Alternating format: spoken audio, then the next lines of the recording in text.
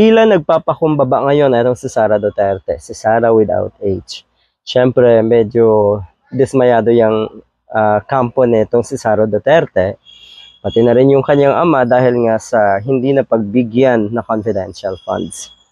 Yung tipong, yung kagustuhan nila talaga ang iniisip. Ano ho, kagustuhan nila. Pero kung tatanungin nyo ang sambayanan, katulad ng nangyayari ngayon, pababa ng pababa ang survey na ito si Sara Duterte, ang trust rating ay pababa ng pababa. Dahil yan dito sa issue na ito, nakikita na ng taong bayan na tila dapat or may ugaling dapat laging sunod, dapat laging makuha yung ginugusto or gusto netong mga katulad ni Sara Duterte. At yan po ay gusto ring maging pangulo ng ating bansa. Ganyan katindi. Kaya sana mag-isip-isip etong mga kababayan natin, 'di ba? Sabi dito, pa-sweet siya ngayon, pakumbaba ng konti. Nga naman, para kahit papano ay, alam nyo, yung mga katulad nito, sanay na kasi sa plastikan yan, 'di ba?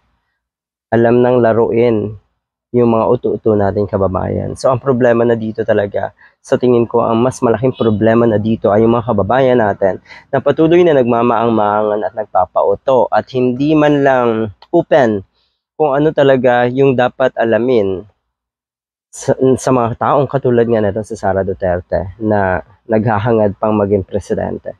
Anyway, the Office of the Vice President can only propose a budget to support the safe implementation of our programs. Okay. Yun naman ang rason niya, di ba? Para daw safe yung implementation ng kanyang mga programa. Ang naisip ko lang talaga, what is the danger sa mga programa mo na tree planting, sa mga programa mo halimbawa na namimigay ka lang naman ng school bags sa mga bata, sa mga estudyante. Di ba parang wala namang threat sa ganong mga programa? So yung kanyang mga programa daw, ang pinaka-intensyon ay to promote the general welfare of every Filipino family at syempre to alleviate poverty. Parang napakalayo. Katulad nga ng sinabi ko dati, yung nakikita natin programa neto si Sara Duterte, Office of the Vice President man yan or DepEd, pang school organization na mga programa. Okay, tapos ganito, to alleviate poverty and promote general welfare. Ang gara. Okay? Kakaiba. Nonetheless, we will no longer pursue the confidential funds. Talagang wala ka ng pag-asa dyan. Natural, magpapakumbaba ka na lang. O kahit papano, titiklop ka na doon sa kagustuhan mo. Pero sa loob-loob niyan, na andyan yung paghihiganti mo. Alam natin yan eh. Paghihiganti sa mga tao na hindi pabor dyan sa confidential funds mo.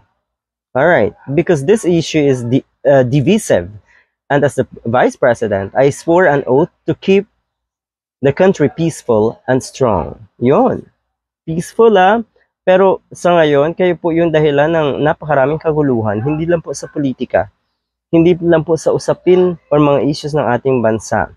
Pero, di ba, divided ang mga kababayan natin. Yung sayo, yung mga nagpapauto at madalas sa or walang problema na magmaang-maangan. 'Di ba? Dahil hindi naman talaga trait yan ng mga Filipinos dapat kahit papaano nag-iisip tayo ng matuwid, marunong mag-discern, alam ang tama sa mali. Tinanggal mo yan sa mga supporters mo dahil ang gusto mo, sunod-sunuran sila sa iyo. Nasupla tuloy.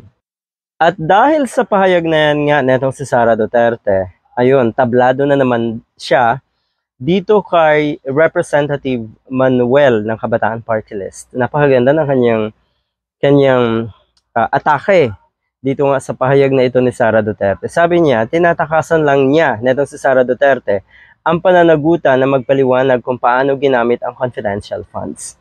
So yun nga, hindi naman yan makakatakas dahil may kaso na po sa Supreme Court. Napakarami po or may grupo po ng mga petitioners na nag-file na ng kaso. So hindi yan makakatakas. Pero yun nga, siguro sa mata ng publiko, gustong tumakas na si Sara Duterte na kung ano ay hindi naman talaga siya interesado sa confidential funds.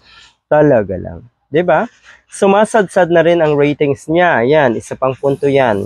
At baka ayaw lang niya mag-isa uli sa Senado. Kaya ganito ang kanyang statement na tipong nagpapakumbaba kunwari. Pero yun nga, bistado na naman natin ang mga katulad niya.